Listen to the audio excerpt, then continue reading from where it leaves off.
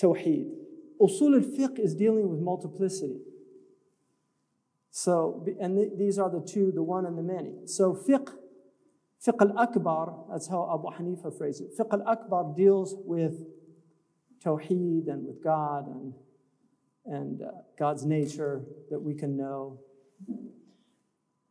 The fiqh al-asghar is the lesser understanding, which is the understanding of how we were created, so how do we behave in creation? And that's what usul al-fiqh is, the foundation of that. So just like you have usul al-din is the foundation of Tawheed, usul al-fiqh is the foundation of multiplicity. It's the foundation of working in the world of multiplicity. Like, how do we live in the world?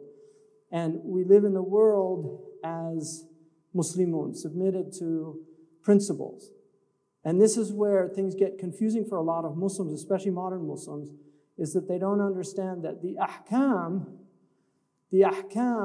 are not, there are very few things that are carved in stone. Like Musa alayhi salam brought the 10 Commandments. Those are carved in stone because you can't change those.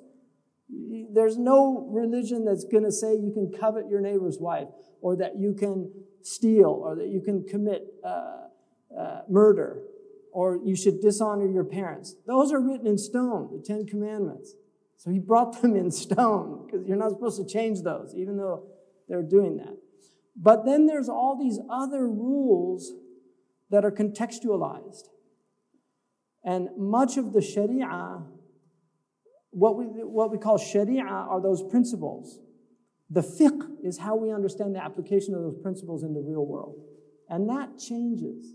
And so what I'm going to try to do, I don't have that many lectures, unfortunately, but what I'm going to try to do, even though this is more of an advanced level, traditionally, the talib al-ilm, the seeker of knowledge, would study usul al-fiqh much later.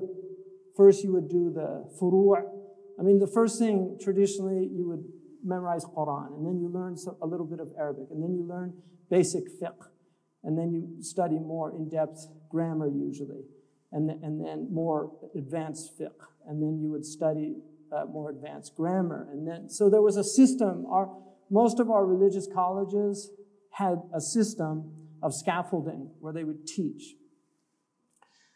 But we're in a time where people have to understand the basic principles because there's so much confusion. And this confusion is really leading to our religion being looked upon as a madman's religion. I mean, there's a lot of people that view Islam as a crazy religion now.